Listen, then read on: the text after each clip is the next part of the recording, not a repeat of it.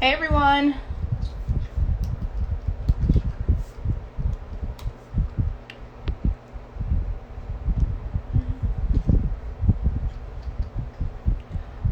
All right, people are just starting to join us. We are speaking with Candiace Dillard from the Real Housewives of Potomac. I'm Cheyenne Corinne. I will be our correspondent for the Jasmine brand today.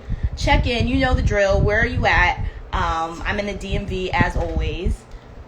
Let me know what questions you have for Candiace. I love the Real Housewives franchise as a whole. I watch all of them. But I love Potomac because I live literally like 10 minutes from Potomac. So let me know if you have any questions. This season is amazing. I feel like personally this is the best franchise right now. The Potomac ladies, they're carrying it. But we'll see. So definitely let me know if you have any questions. I actually just finished watching last night's episode. I wasn't able to watch last night, but I recorded it, so I'm all caught up. Never seen any outside of Atlanta and Potomac. Yeah, those are really like popular ones, especially for us. Oh, okay, so you're in like the DMV too. But no, I watched New York. I love Ebony on the show. I watched Beverly Hills. They're all good. I watched Salt Lake City. I watched them all. Alright. Let me put a little caption here. You're currently watching yesterday's episode. Yes, catch up, girl. Catch up.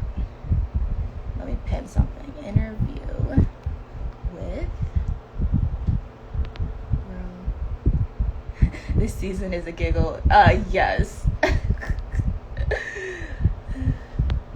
It is. These ladies are funny. Never collab with Malik musically. I watch all but Salt Lake City. I did watch Salt Lake City. Yup, see that's good. But Candiace Giselle are not my fave. She should be here in about 2 minutes. We're getting started at 2 p.m.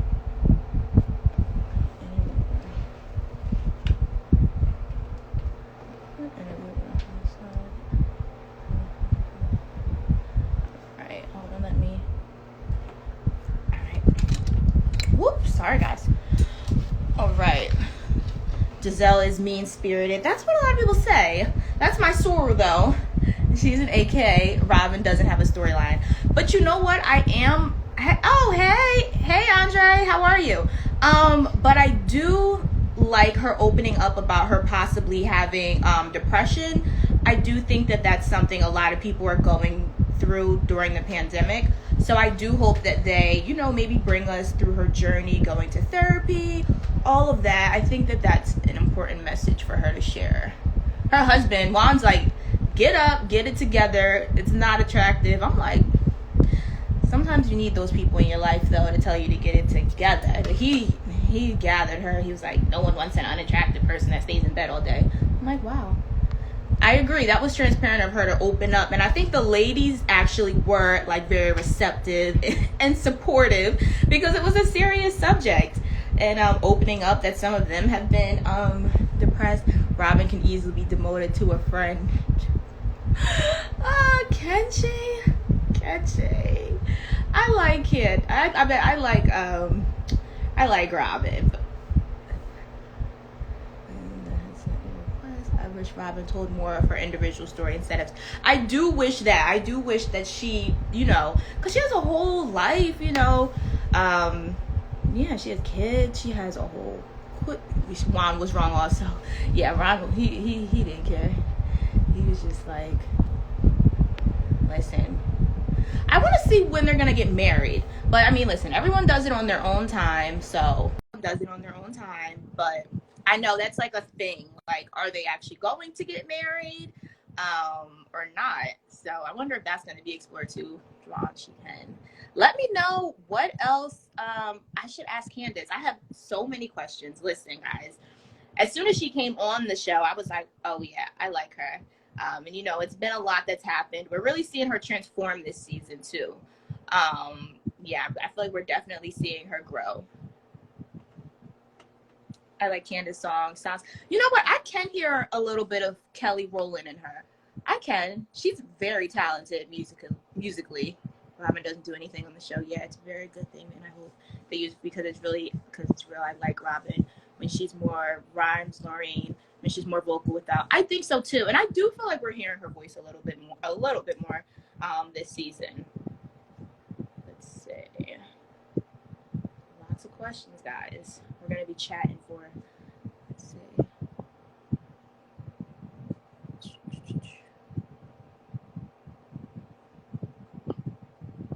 We're waiting for Candiace. Let's see.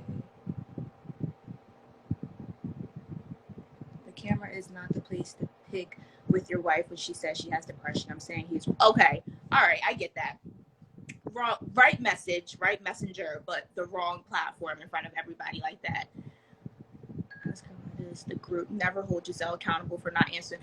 I was just watching that, and that is a question I have for her: is does she agree that Giselle doesn't answer questions about her own life, but just blows them openly to everyone else? So it seems like most of the ladies agreed with that, but they were still a little quiet.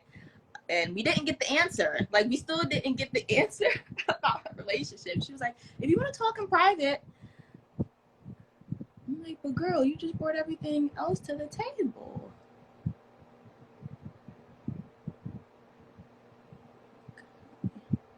I wonder why is this saying? We are still waiting for Candiace. She should be here any moment.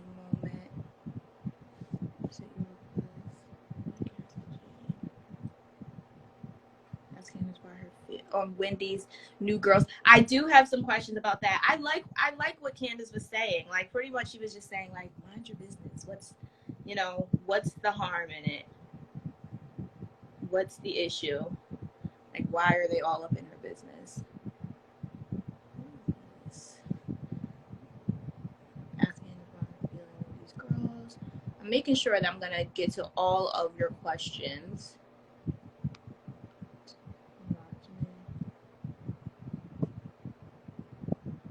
Candiace liked the boob. Did you see her admiring them on the trip? Yes, that's how I would be. They look great. Listen, she had those babies. She can treat herself. Like, anyone can treat themselves. But yes, she does look amazing. I think people are just jealous.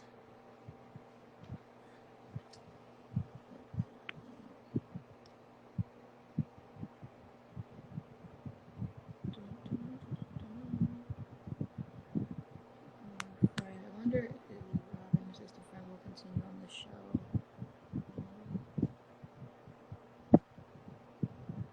You guys aren't telling me where you are. I saw a few people tell me what area they're from, but not that many people. I like to kind of gauge where everybody's at. Have you guys been to Potomac? Before I moved out here, I hadn't been to Potomac. I've been to DC, but I love Potomac. I go out there. Me and my mom have dinner out there all the time. I love it. If you haven't been, you should definitely consider going out to Potomac. It's a nice area. DC. Okay. Maryland. Germany. Atlanta. Miss P1221's from Atlanta. Hi. Louisiana.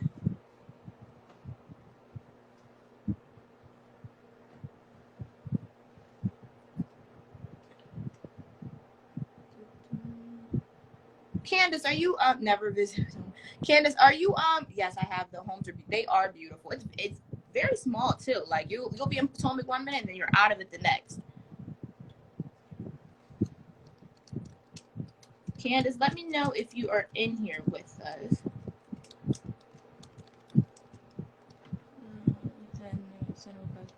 Be able to join.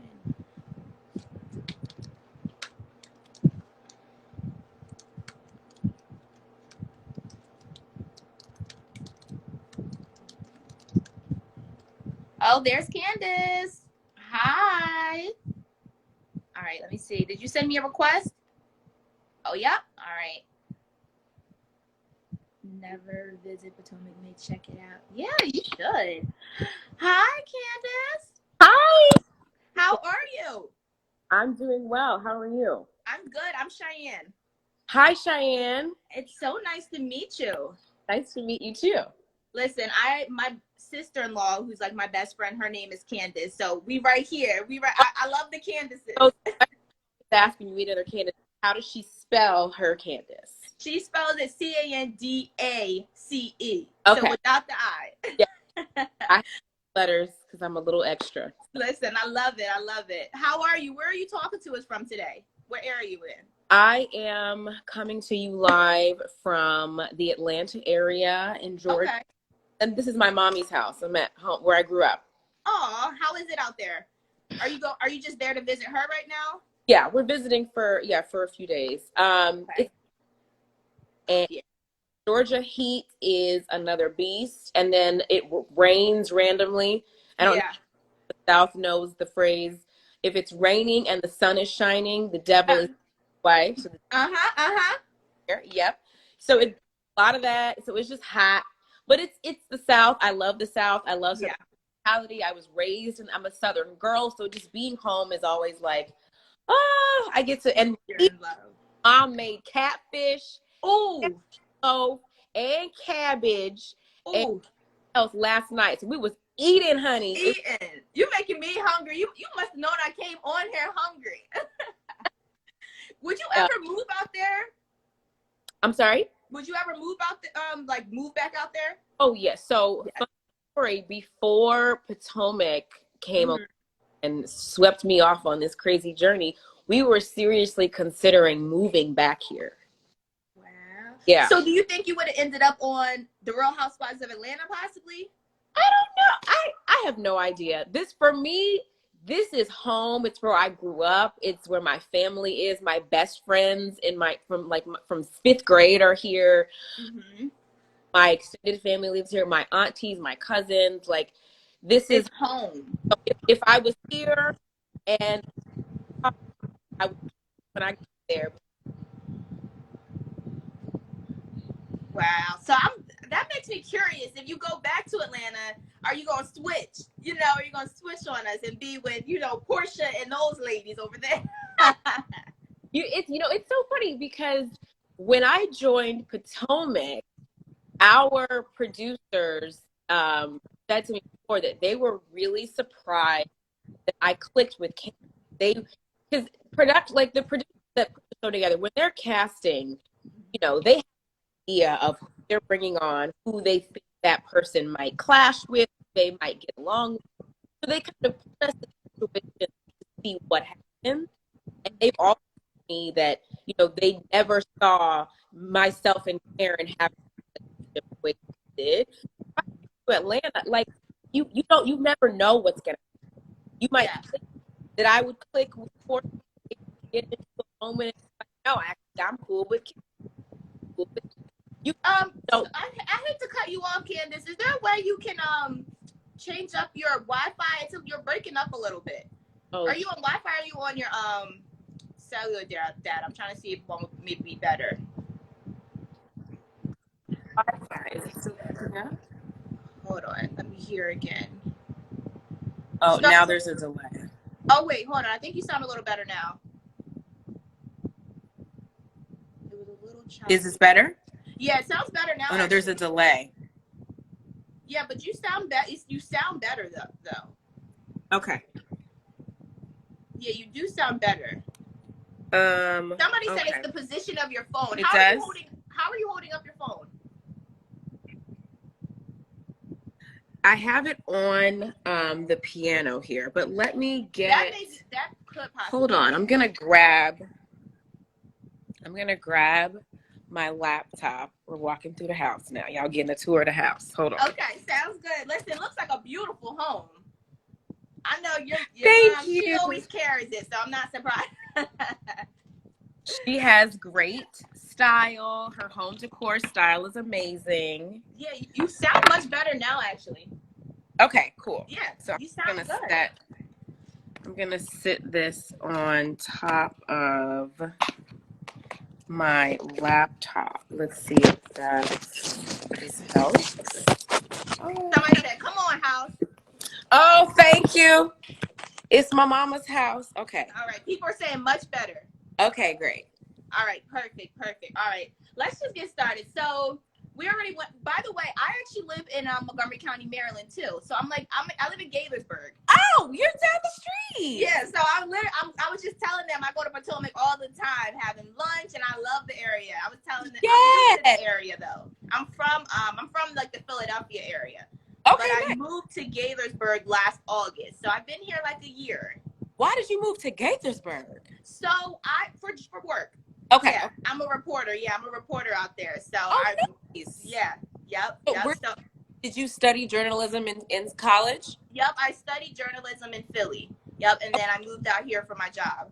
Nice. Yep, I'm right in the area. I'm loving it. I love it. Yeah. Well, welcome to Maryland, honey. Thank you. What are some of your somebody's in Rockville? Okay, Moco ladies. Oh yes. What's one of your favorite aspects of the area? Well, so for me, I've actually probably lived almost in the DMV longer than I've lived in Georgia. I was born in Biloxi. My family's from Alabama, and we live in Georgia now. So I'm a Southern girl. But I left home to go to Howard University. Oh, okay. To go to Howard University. And what happens with a lot of Howard students is they come from wherever they are and they never leave. Something about DMV just kind of grabs you. For sure. And I think it's it's because the DMV gives you Southern vibes, but it also kind of has like a little bit of that rough and scrappy. Yes. Teach you how to, survive Northern. And I have a lot of friends that came from the Midwest. It's a great mashup, a mixing bowl of people. So I went to DC and I fell in love with DC. I fell in love with the Chocolate City. Yeah. My first single ever was remixed into a go-go song to kind of pay an homage to DC, the way that they kind of raised me and taught me, how to be a woman and how to be scrappy and how to, figure it out and be successful. So I love that it's like my second home. Okay. I love that DC has become my second home. And then it's also really cool to me to live in one of the most powerful cities in the country where all of our laws are made, where our president decides.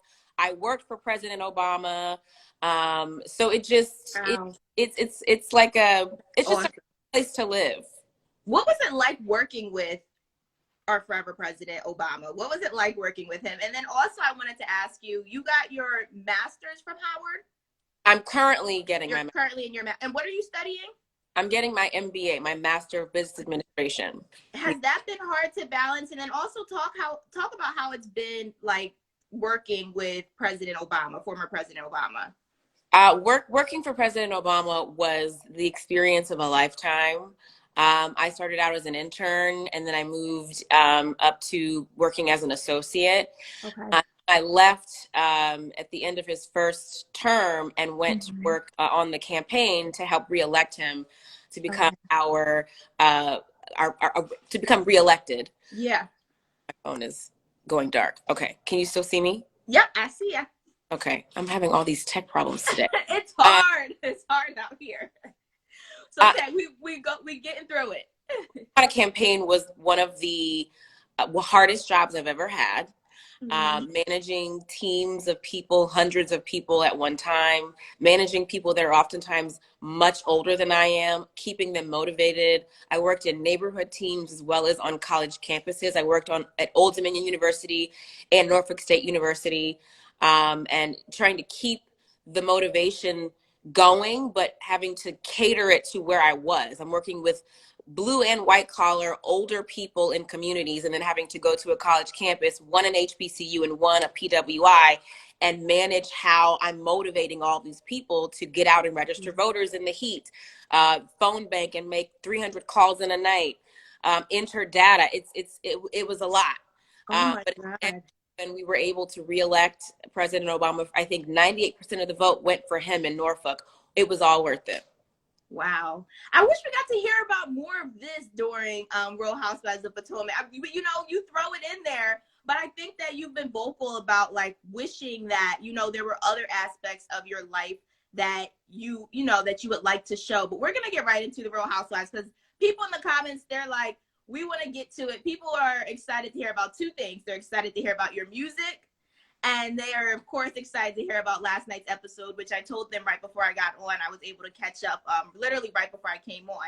Oh, so good. I didn't get to watch it last night, but I recorded it and got to watch it. So let's just get right into it. Last night, it was a lot going on. I love the trip, though. The trip looks amazing. I'm like, I may have to go out there. It's not a place I would ever think about. I know. Well, you have to remember, we shot season 6 in the thick of a pandemic. We're in the Ponderosa, honey. And a lot of the ways that we would have shot our show in the past were a thing of the past. We spent the first, I think, month really filming in our homes because there were not a lot of restaurants that were letting us come in. And when we come into a restaurant, there's a whole crew and there's cameras, producers, and they have to quarter off a space for us. So it was hard to find a place for us to even go on a trip. And if you notice, usually our second trip is somewhere international, and we were to do that. We stayed local for both trips. Just to be safe. Okay. Looks 12. Wow. Thank you. It's all of the serums, darling. Yeah. That's a compliment. Listen. Thank you. Yes. Yes. But no, it was really challenging to find a place that could house all 7 of us. Is it 7 of us or 8 of us? 8 of us with a scholar, plus all of our crew. Our crew was like 50 people. Right. It's a whole thing. It's a whole thing. So they need a place to stay. Then we got to have a place to stay. And I want to clear one thing up, because I've been getting a lot of commentary about the Kings Mill Estate house, the beautiful estate that we got to stay in for the week. So if I could have helped find a place that could hold all 8 of us, I would have, right? Like, because I've been shafted on trips and it's not fun. We went to, this is kind of a first world problem. We went to France. My room was the only room that was facing a brick wall. Everybody else, gorgeous view of the Mediterranean, and I'm looking at a wall. But it's also like new girl woes, right? But we had such a hard time trying to find any space that would accommodate us in a pandemic, because a lot of places were like, oh, we can't have that many people in a house. Restrictions, yes. So we were lucky to even find this place that had this beautiful cottage that was literally 2 minutes in a golf cart down the road. And I had the hardest time trying to figure out how I was going to decide who was going to stay where. And we could have put everybody together, we would have done it. But the estate only had 4 bedrooms, and obviously the host was going to stay in the main house. Of course. Had to do what we had to do. But it was no shade to those girls. I love those. Okay. I was wondering that. That was one of my questions. But, just me knowing that it was a pandemic, I'm like, if she would have wanted to, I'm sure everyone would have been together. And I think the cottage was cute. It was cute. It was cute. I think it was, but how they did, like, the editing about the contrast and back and forth, and then showing you guys having the person go up the stairs and them like lugging the luggage upstairs. It was also how they did it that made it like look there has to be some drama. And shout out to Truly Original. They know how to tell a story, honey. Yes. It was the contrast and back and forth that made me this episode like, man, that was kind of messed up. And then I was like, I know there's a reason behind it. Yes. COVID restrictions. We had to. And they had the same view that we had. Their house was along the same road, just down to the right. So, now, why was Mia, she's the new girl, why was she in the main house? So I felt at the time, I felt really bad for Mia because she had a difficult time coming into our group. I feel like she was getting it from everybody. Like when we were at my old house, the townhouse, before we sold it, she literally walked in to the townhouse and didn't even have time to like take in the scenery or get a drink, have a glass of water. Her shot was still going down her esophagus. And Karen was like, well, we were in here talking about you. And then well, you suck. And Robin is like, yeah, I agree. And the scholar's like, you need to, like, everybody was going in on her. And I'm standing on the side watching, like, wow, she's taking it from everybody. And she had been getting it from all the girls. I didn't know at the time that Giselle and Robin had met up with Mia. That was something that I saw with you guys. Okay. So I didn't know that they had made up. I'm thinking she's still, getting acclimated into this Okay. group. And I felt bad for her. So I wanted her to feel Okay. welcome and, just give her a warm welcome to say, hey, you've had a crappy time. Right. Come stay in the house with us so you can get to know us in a proper way. And I'm hosting, so I will make sure that you are accommodated and taken care of properly. That was my intent behind having her. Okay.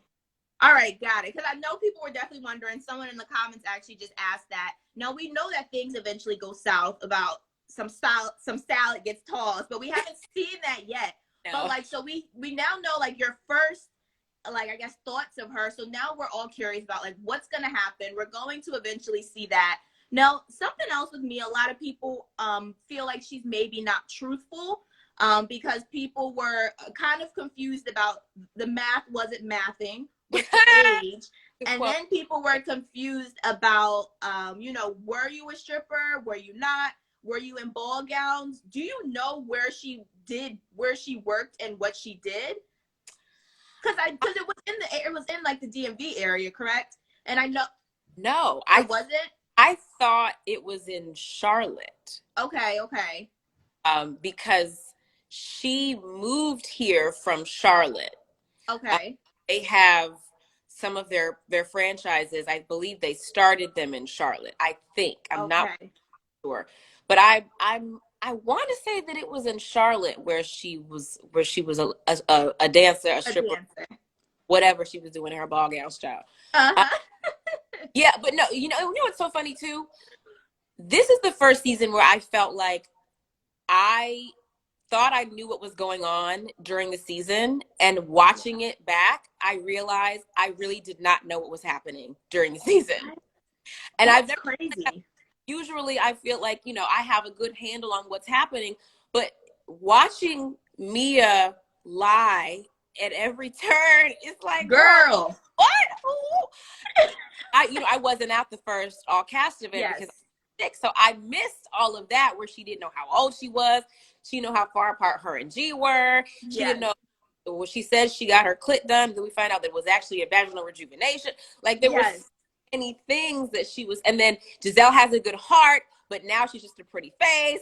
And now she's cozying up to Giselle at my house, asking for forgiveness. And now she's letting Giselle and Robin kick her out of the room. It was just, I was like, what is going on? So you're watching it with us. She had all this smoke for Giselle and Robin in her tweets. Did you see that tweet where she was like, oh, I let them kick me out of the room because they've never had a nice view or something? Yes, yeah. I did. Like, I wanted to like show them introduce them to luxury, kind of like that type of thing. And it's like, girl, like, where was all that smoke at the table? Was that really what you were thinking about? Yes, no, because I don't even remember that part. Like I was hosting, so I was up and down. There was a couple of moments at the table where I wasn't there because I was up doing whatever with the chef or whatever. So I don't even remember when Robin kicked her out of the room. But I guess I was there because I said to her, "You gonna let them bully you?" But I do not remember talking about that. It happened so fast. But now watching it back, I'm like, she really was like, okay. Yeah, they were like, get the boot. And she was like, okay. I would have been like, hold on. And she was hyped for that room, too. She was hyped for the room. Yes. Just to give it up. Now, we saw you came in a little bit late, like how you were saying. We didn't see you like right at first. But when we did see you, it was definitely, I felt like I could feel your anxiousness being back around Karen. Like I felt like I could like feel that on the other side of the TV. Like I'm like, are you okay, girl? Like how were you feeling walking into that room with Karen? Because I know that you two have had such a difficult relationship and you're still, I guess, trying to work on that. What were your emotions during that moment? You mean at her love party? Yes. Yep. Yeah.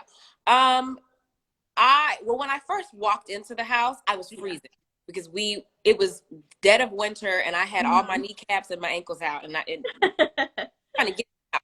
So when I come in and I'm like, okay, I'm gonna get in the house. But yeah, I didn't want to go. I was really apprehensive about going. There was actually a moment that was not aired where she invited me via text. And that was the first time that we had spoken since the reunion. When she invited me via text, and before she invited me, she gave me some kind of apology, if you can call it an apology, and then invited me to come to the house. And I didn't want to go, but I knew that if there was any hope for us to move forward, and my ultimate goal was for us to be able to move forward, I would have to let go of whatever feelings I had and try to move forward with her. And it was not something that I wanted to do, but I also knew that I would be stuck and be sort of a slave to those feelings if I did not face the people that I feel were not good friends to me. To this day, do you feel like you still have gotten the apology that you were looking for? And if not, what do you feel was missing from the apology? She really apologize? I think she apologized for me being hurt. Okay. But she didn't apologize. She didn't really apologize, and she didn't really. I don't feel that there was genuineness in her apology. I think that Karen was always here for Karen, and she got caught up. Yeah. And so she had to. Do you think Ascala is Candiace's replacement? No, I do not. Ascala can come right on in, and there could be 8 of us. But you're like, don't get carried away. Don't get carried away out there. But no, I think that the bottom line is Karen is for Karen, and people who are only here for themselves are never going to genuinely have remorse or have apologies. And I had to leave it there. Like you have to receive people where they are and as they are. And when you understand people and how they are, you can stop expecting you from them or stop putting your expectations onto them. And that's where I am with it. Because there are so many things that happened that are not talked about enough, that were aired at the reunion, but not talked about enough, that I don't even want to go back into. Yeah. Contributed to where I am now. Definitely. That I still don't really have answers to. Things that she did, I still don't know why she did them. It's not clear to me. And I don't need to go back and rehash that. Yeah. She is who she is. Will things ever be the same between you two if some of those things are directly hashed out? No. You can't do what she did. Like this, you don't go to my boss and try to have me fired and then come and smile in my face and act like everything is all good. Your boss and tried to have you fired? Can you elaborate for people who aren't really sure what you're talking about?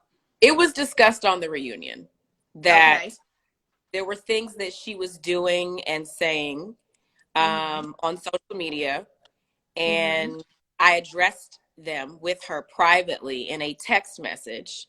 She sent, in that message, I told her to go to hell. And she sent that up the chain to say that I was threatening her.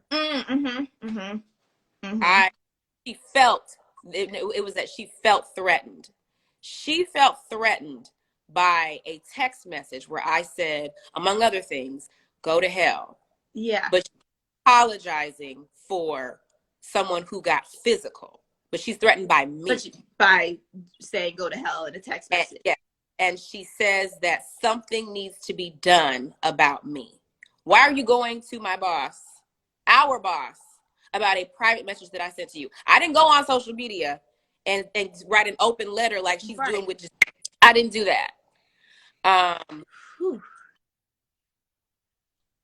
But I'm supposed to be friends with this person? No. She's my coworker. And that's where that is. For sure. And that's a co-worker relationship.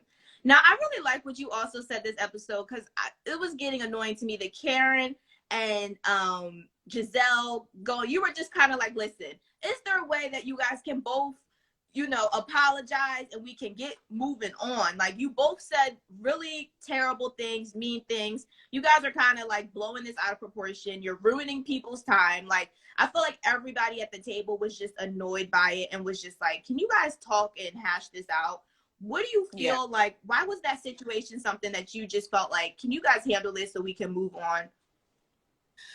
Oh my gosh. Yes. I'm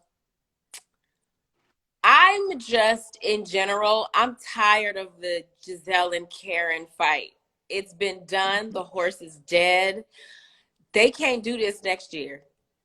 Like, we got to put this to bed. At the end of this year, when we get to our reunion, where, if you don't know, that's where everything is sort of hashed out for the final time.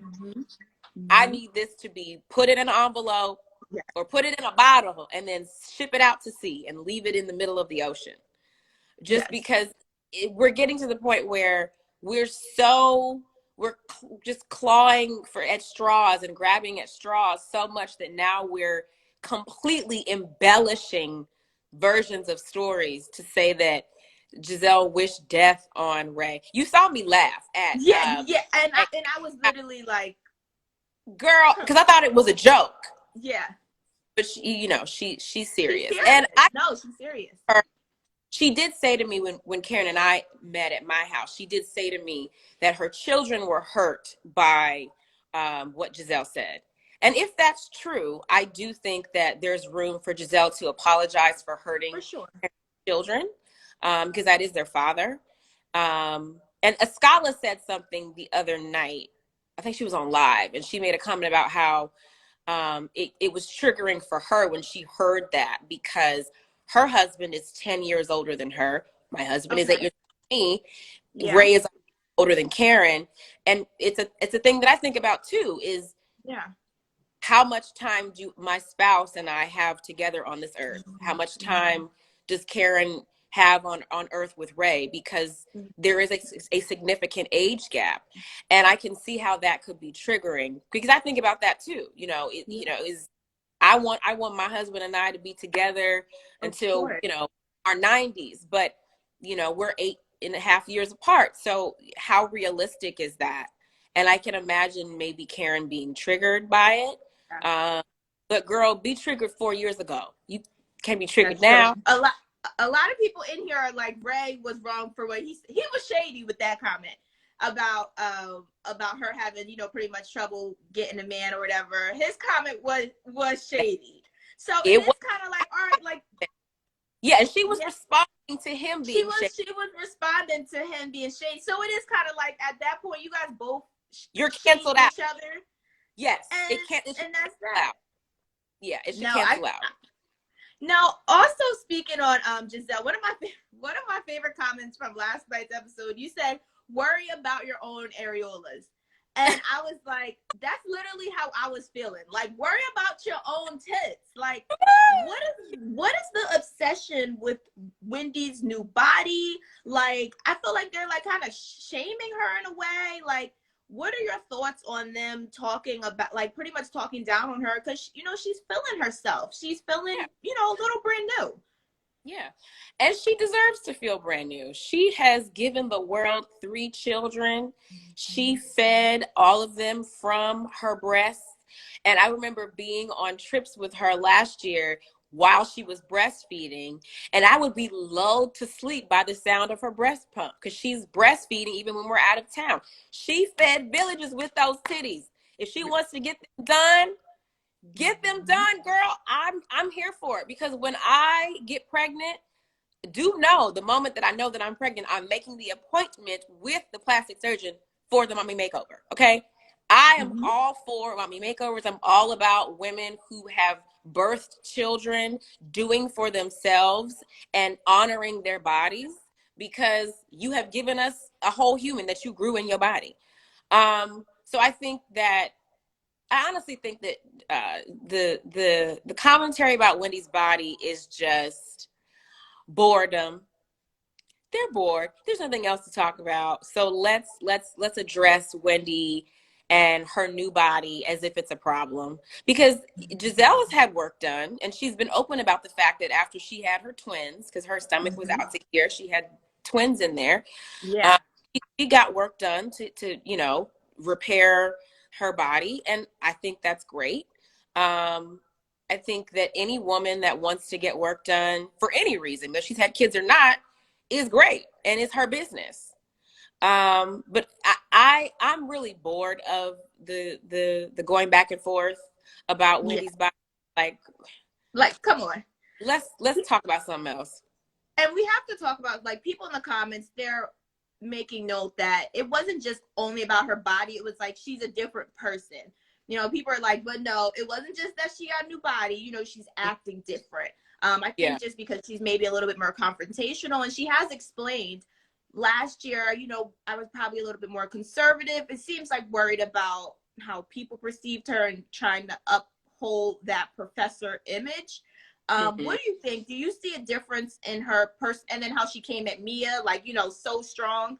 Do you Ah! see a difference in her personality from last season?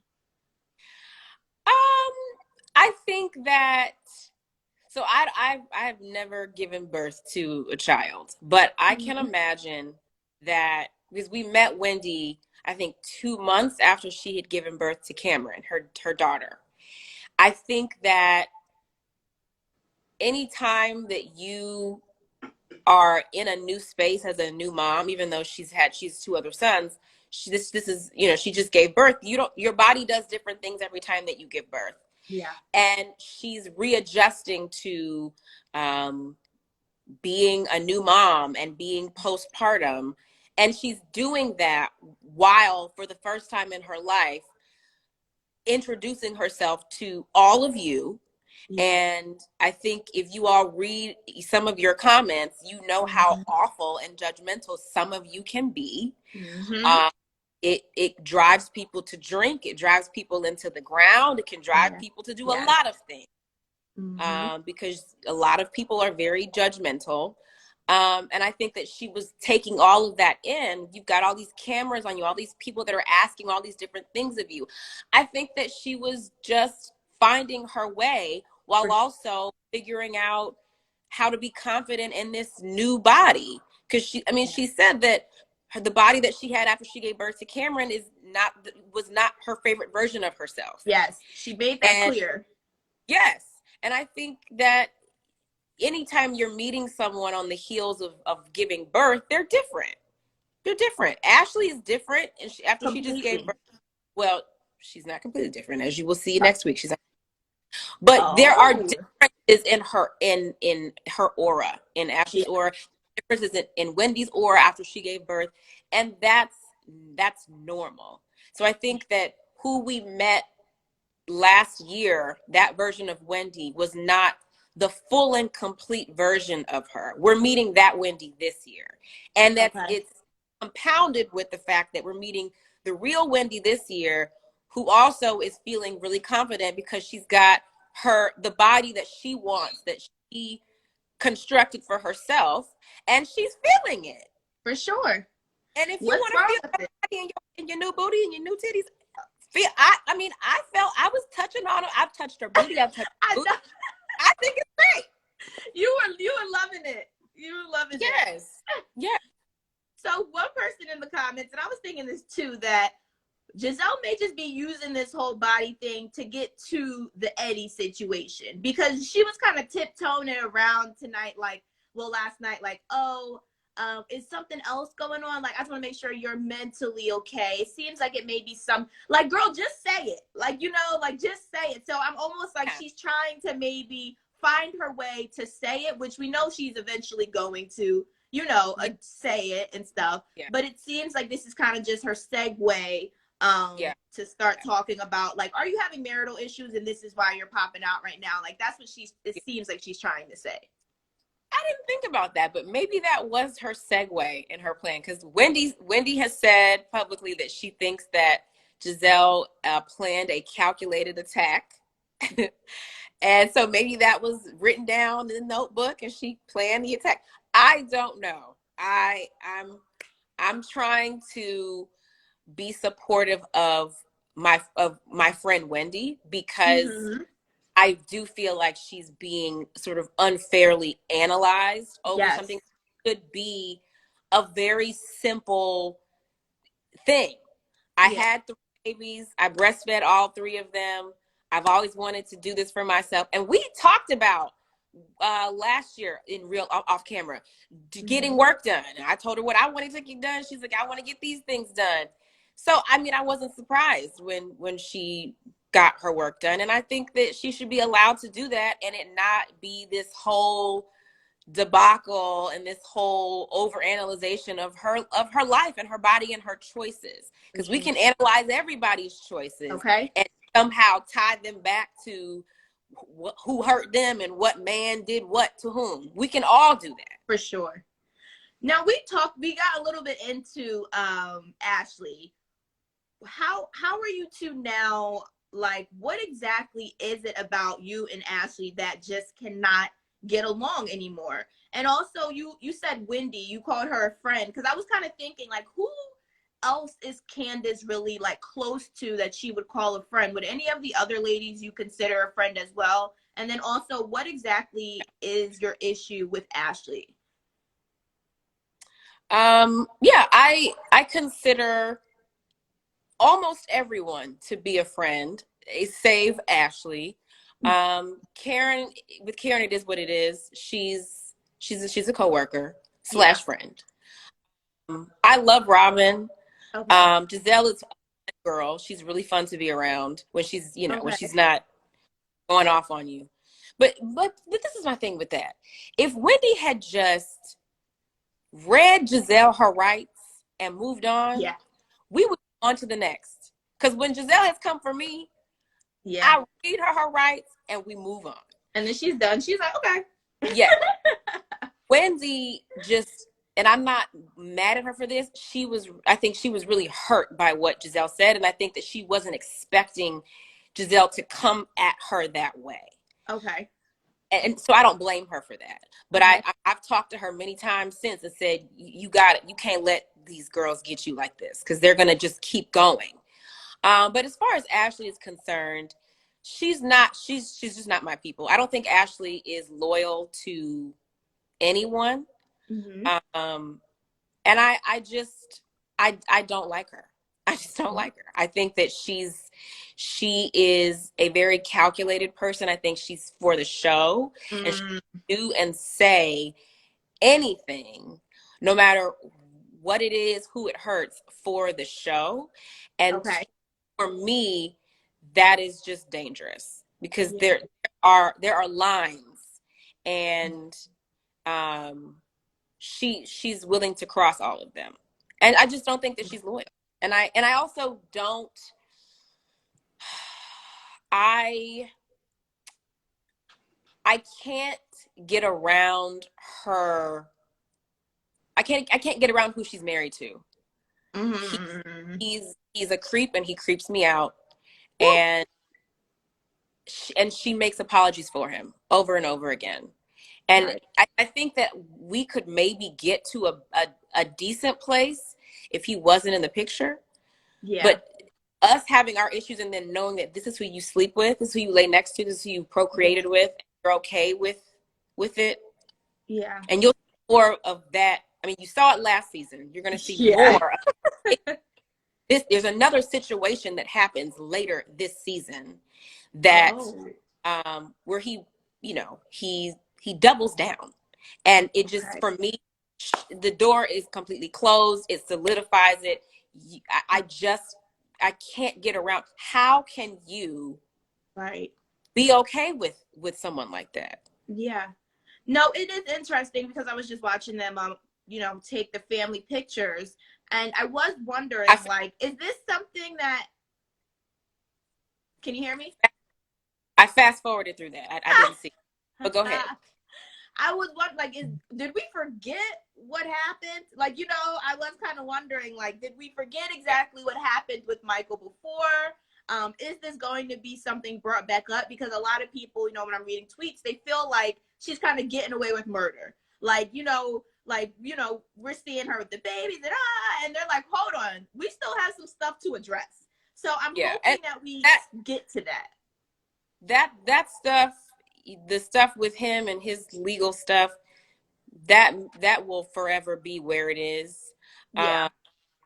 But I think that none of us will ever forget, because it's etched in history on the show. Mm-hmm. The other thing that I spoke about this in another interview. The other reason that because for some reason people think that I hate on her. I see that in the comments. I didn't even ask because I'm just like, I don't. Yeah, no, so there is, and again, this is why I said she's for the show. Mm-hmm. There are lines that you just don't cross. This is a person who admittedly went to the law to give a statement to the law solely to get back at me. She involved herself in a legal matter that had nothing to do with her, where she was not even present. And she went to the bathroom. She wasn't there. And she told Giselle and Robin in a scene, you can go back and watch it in Portugal, that she did it to get even with me. Yeah. And when Giselle said to her, this is going to ruin any chance that you have of a friendship with Candiace, she said, oh, well, I don't care. Why would I want to even try to have a friendship with one like that? Ask yourself that. Everybody in the comments is saying that I'm hating on her. I'm jealous of her. Yeah.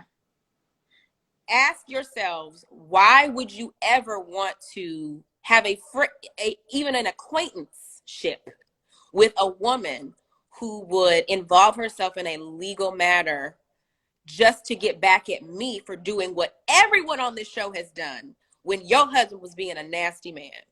Everybody on the show, we're all talking about it. But for some reason, I'm wearing the scarlet A on my chest. Right.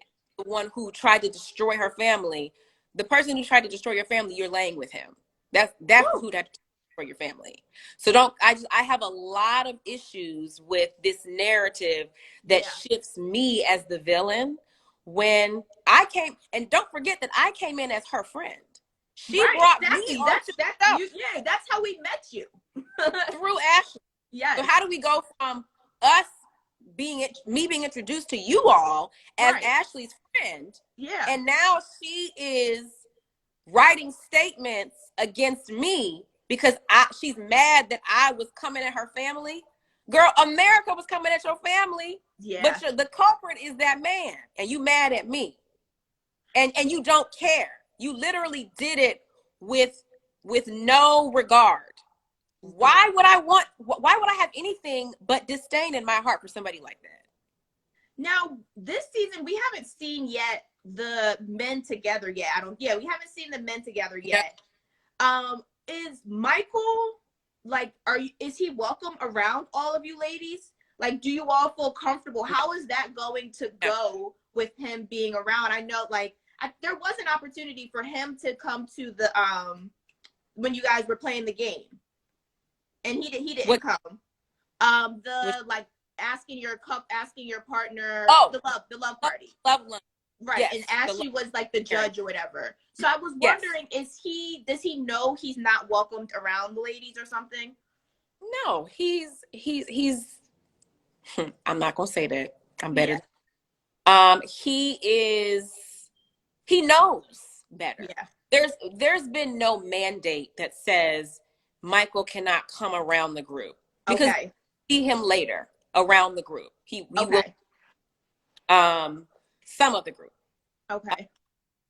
No, I just think that he he doesn't want to be around people who see him for who he is. I personally, me, and I speak for myself alone, Mm-hmm. um, I have no desire to ever be around Michael.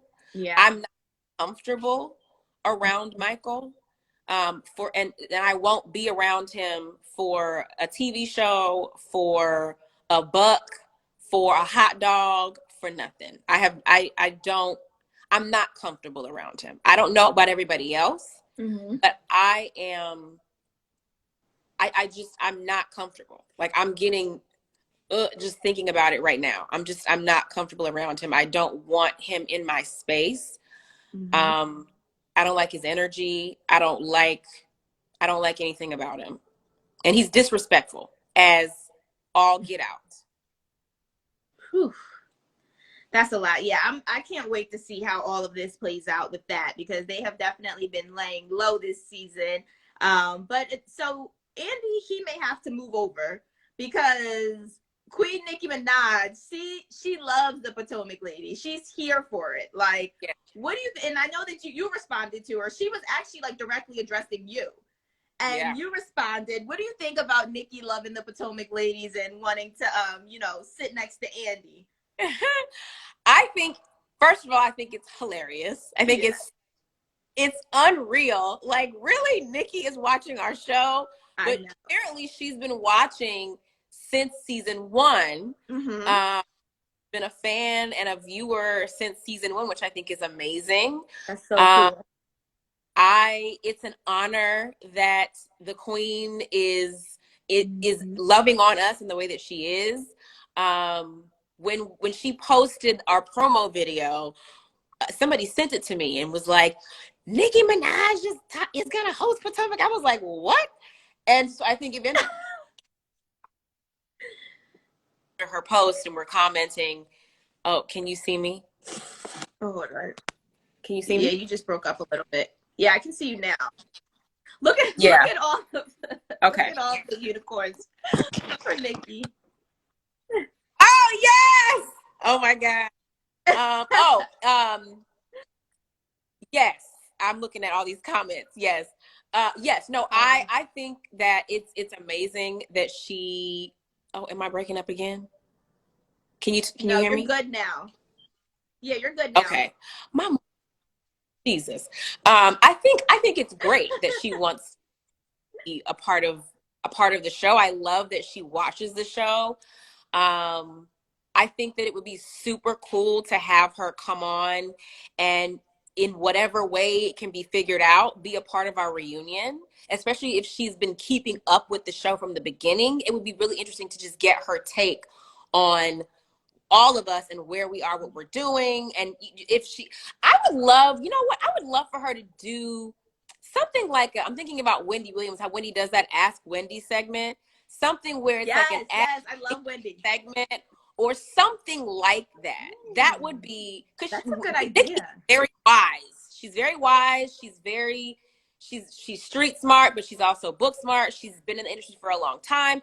That would be cool if we could do something where either we ask her questions or she gives advice. I don't know. Something like that would be really cool.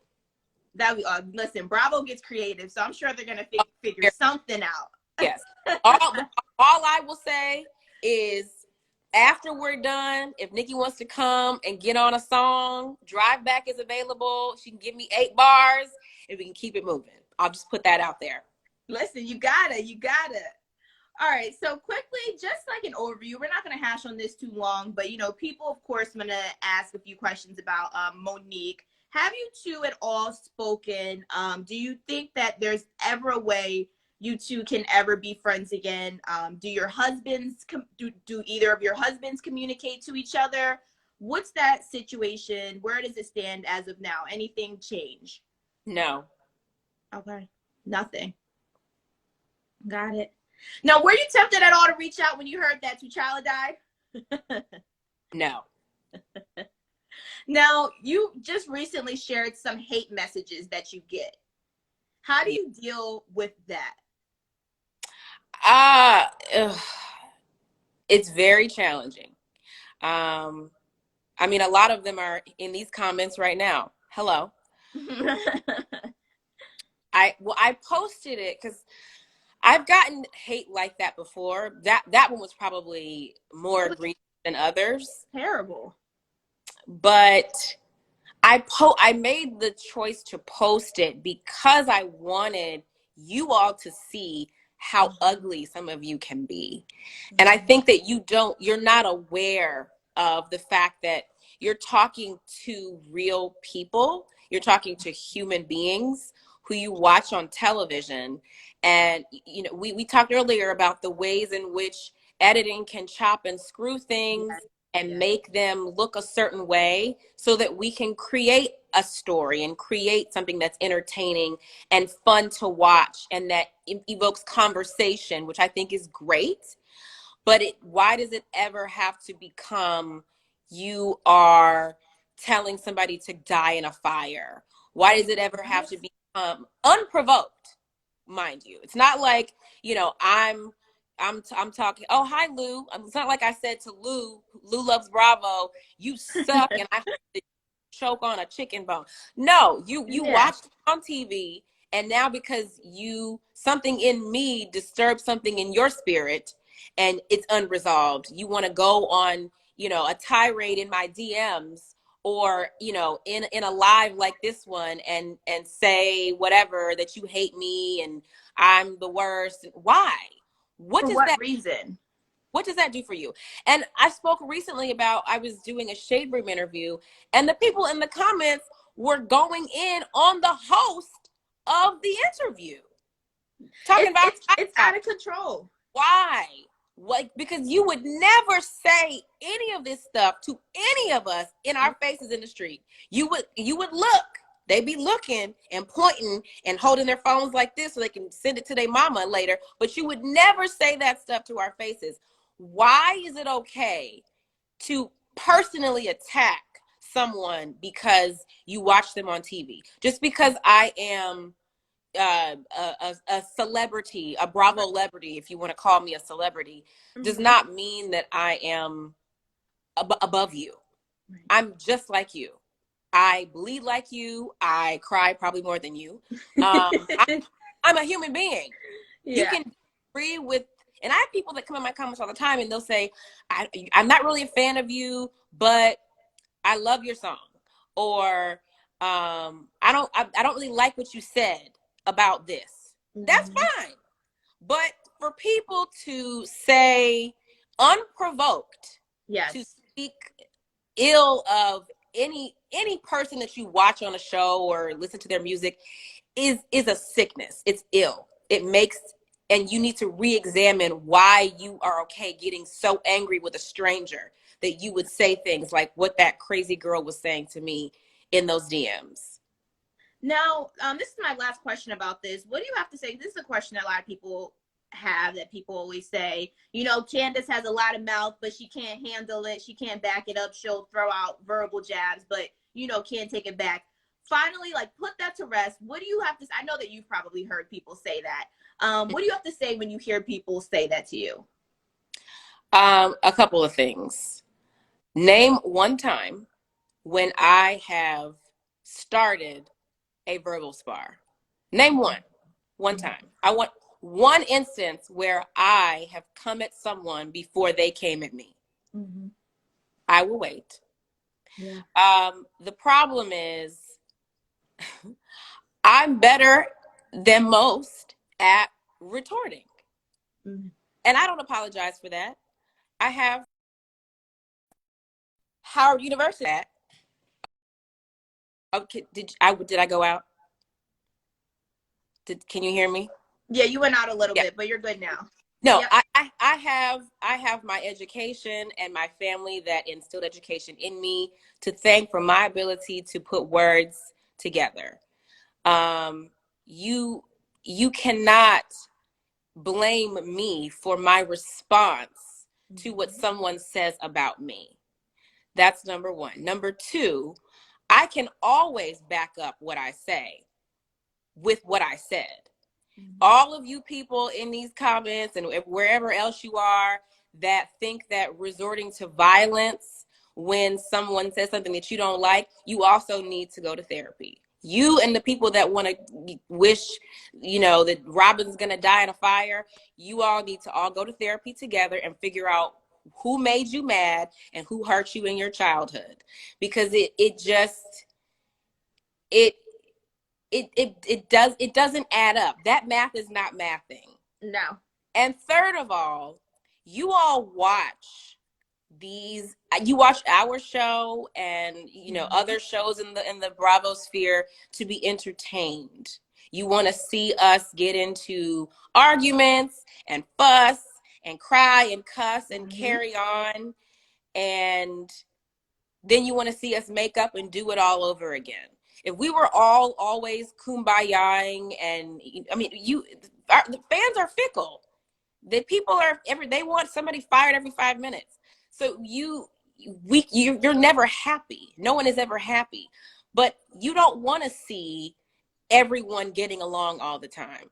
Now, I would love for that. I would love but people don't want to see it. People don't want to see that. No.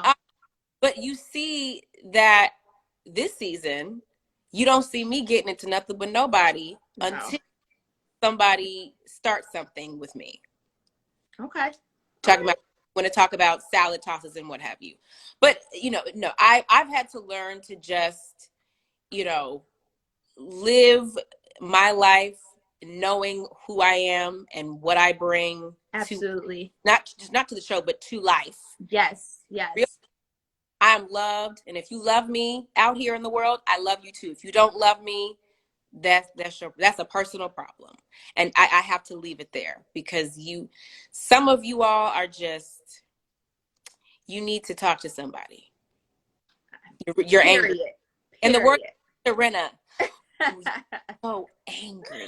All right, so we touched on your music, but we really want to get into it. So I love your song, the Drive Back song. People have been, since I got on here, people have been like, we need to talk about this song. We need to talk about her music. What would you say, is music like your passion? How long has it been your passion? And what about music? And also, when you want, someone on here actually earlier said that you remind them of Kelly Rowland, like your voice, and that's a great compliment. It's a huge compliment. That's a great compliment. What is it about music that makes it your passion? I have always loved music. I came out of the womb listening to music, singing. My dad used to play music on my mom's stomach before I came out. He used to lull me to sleep with Anita Baker and Vesta. I don't know if anybody knows who Vesta is. It's literally inside of me. I will be sitting somewhere doing homework or reading a book, and I will realize that I've been tapping my foot to a song before I cognitively realized I was tapping my foot to a song. It's just in me. And it's the way that I've always expressed my emotions.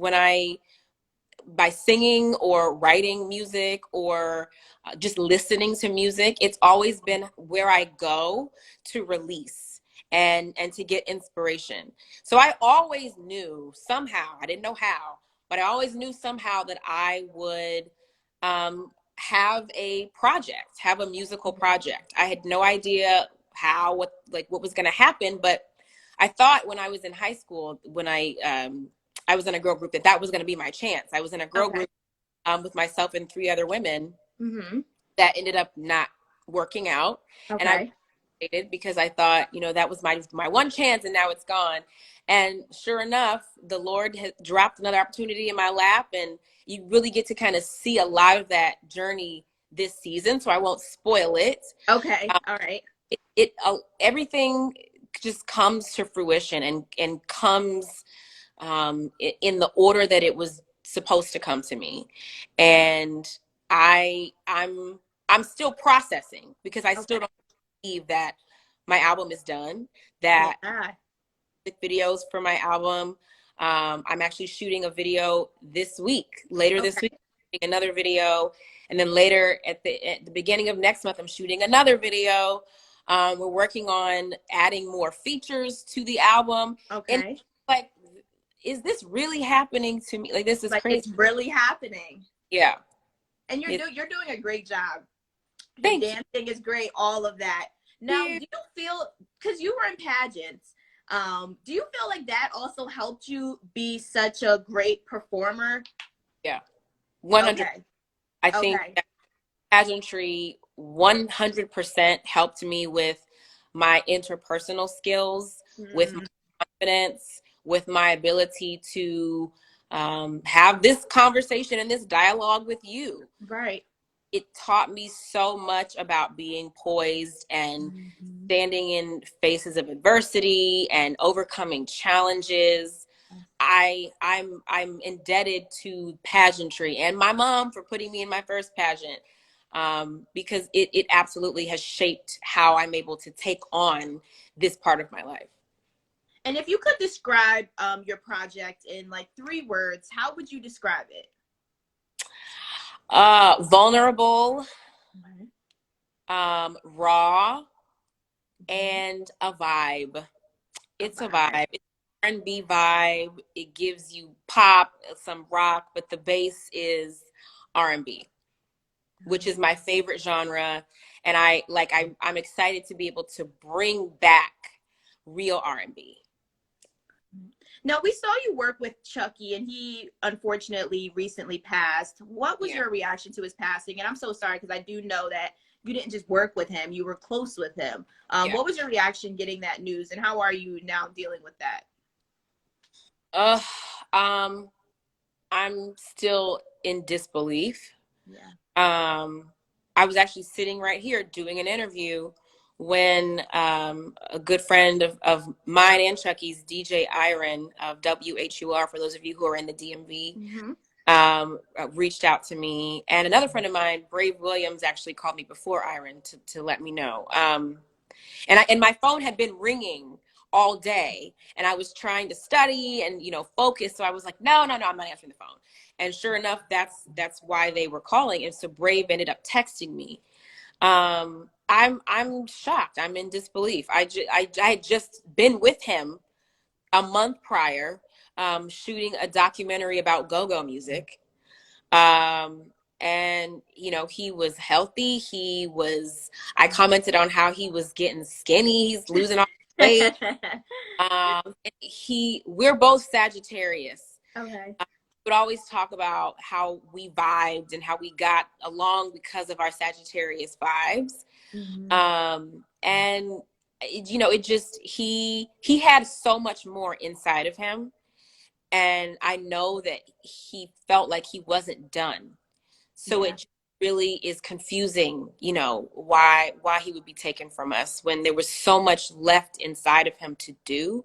He was working on a project with Diddy. He was flying back Yeah. and forth DC and LA and Atlanta, working on a project with Diddy, and he would play mute some of the stuff for me, and it's great music, and Okay. it was finished. It was unfinished. So it just it underscores the trite saying, but it's very true, how short life can be and how you really have to live each day to the fullest, and like it might be your last, because you don't know. And it's really crazy. It's still really crazy to It think of. is.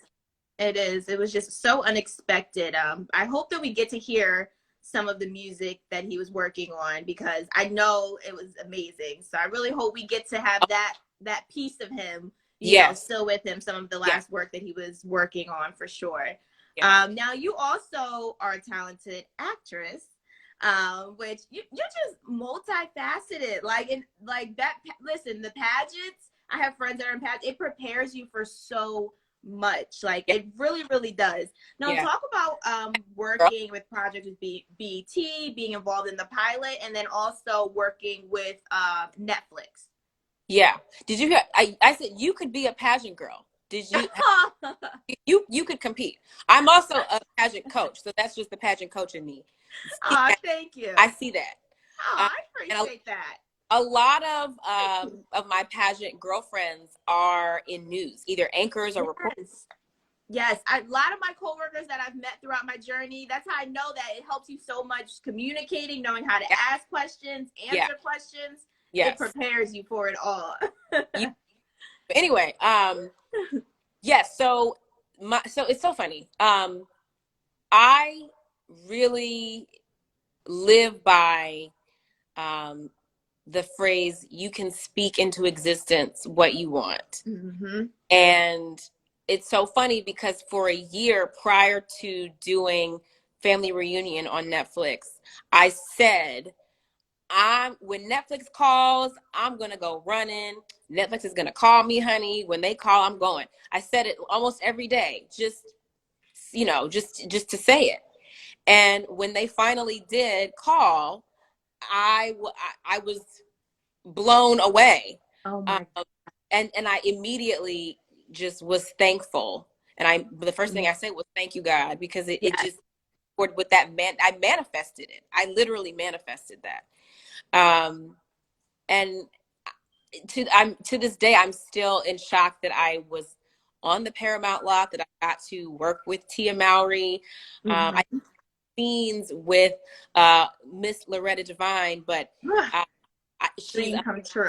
amazing. We were they have, so on the set of the show, they have this Mm-hmm. amazing cafeteria, and they have this amazing like food center. And Okay. Miss Loretta Devine complimented my outfit that day. She's like, "You look so cute," and I almost fell out because I'm Oh, just such a huge fan of hers, and yes. she's like an original diva. Uh, Yes. so, and just getting to be on a set where the leadership is Black, the writers' room is all Black, the showrunner is a Black woman, the creator is a Black woman. I love that. I feel like I'm spoiled now, because now it's like I'm gonna go, to as my career progresses, as I speak that into existence, I'm gonna be looking for that. I'm gonna be looking for Black writers' rooms and Black showrunners, and that, who knows if that will even be the case. But I'm I'm still in shock that this is my life. And you can go now and watch season 2 of Family Reunion. It's a super cute family show. You can watch it with your kids, with your parents. It's hilarious. And my character played this really pretentious French woman named Sunita Chanel. She had braids, and Uh-huh. she's crazy. So if you want to laugh, check that out. Okay. Now I think Leah Henry, she must have been in here at some point, because I saw some Was people. she? I saw a bunch of people writing her. So Oh my God. she must have popped in here for a second. You two have a podcast. I love her as Yes. well. You two Yes. have a podcast together. I'm gonna have to check it out. Yes. I was on your Instagrams a little earlier, Yeah. but I love Leah. Yes. What's your podcast like? Like, describe it for us, for people that haven't tuned in yet. Yes. So our podcast is called So That's What We're Doing. You can go now and follow us on Instagram at So That's What We're Doing Pod.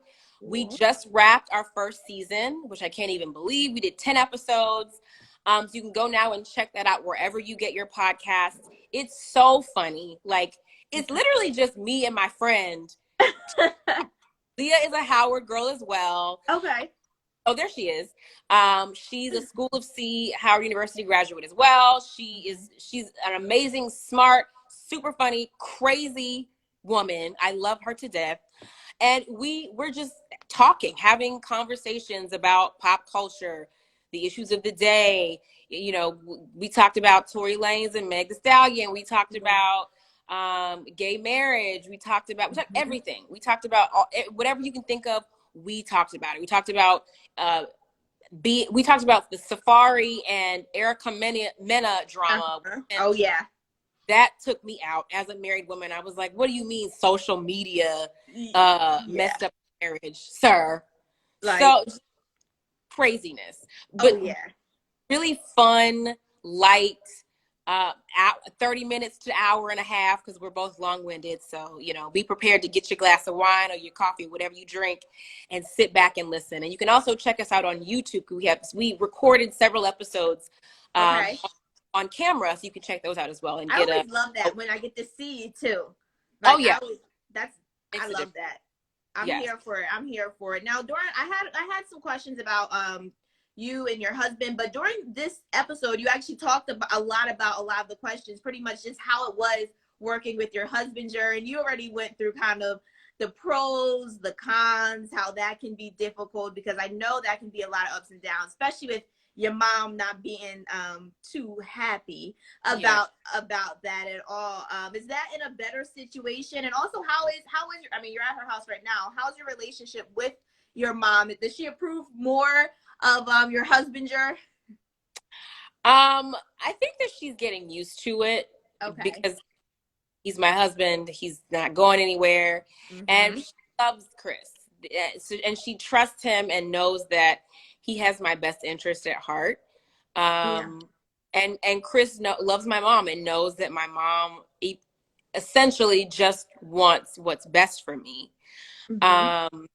And so it's just a matter of figuring it out as a family. And that's what we do. She's seen, I think, more since we've been here visiting, how Chris sort of operates, and that he's, trying to steal money or whatever. For example, I have I'm actually doing a podcast for the Congressional Black Caucus Political Action Committee. And that's the next thing that I have to do after we're done. And Chris just brought the mic down here for me, because he knows as soon as I'm done with you, I have to hop on that podcast. So that's what my partner does for me. And you can call it husband, or you can call it, help, or you can call it whatever. You can call it, being a husband. But that's who he is in my life, and that's who I am for him in his life. I push him daily. He's right here. I push him daily to get done the things that I know he's capable of. But it's about being partners. And I love that this episode that you talked about gender roles. Because I'm very big on that. Like, my undergrad is in women and gender studies, and I'm very big on, not having to stick to those traditional gender roles. Like, just do what works best for you. Like, I don't feel like either person in a marriage should be like constrained to these gender roles just because their husband, just because their wife. Like, do whatever that works with you. And that's what I love about you and Chris. Like, I love seeing that. I think that's important to display for people. Oh, for sure. So Nisi said he is a helpmate. Yes. Okay. He is my helpmate, and I am his helpmate. And that's, for us, that's what marriage is about. And I'm very careful to allow people to maneuver in their marriages as they see fit, because what works for us might not work for the next couple, and vice versa. And that's okay. As long as everyone feels loved and appreciated and fulfilled, then leave it alone. Then it's great. Unless you work on getting yourself a helpmate to love and appreciate and fulfill you, so you can pour into each other. We pour into each other. And at the end of the day, Chris is my best friend. That's my homie. And he will also get me together as I will get him together. And it works for us. Period.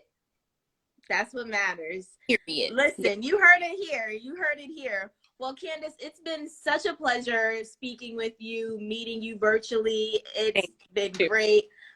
We love you here at the Jasmine brand, so I'm glad that we were able to make this work and talk to you.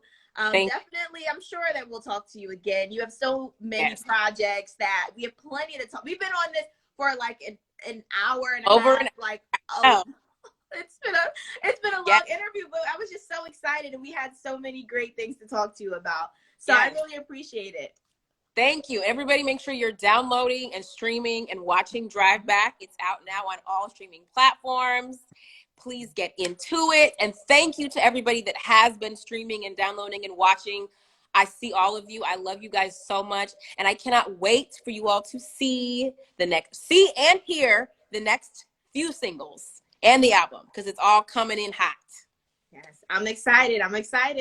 Well, everybody, thanks so much for tuning in. I'm Cheyenne Corinne, and this is the Jasmine brand. I'll see you guys. Bye. Bye, Cheyenne. Bye.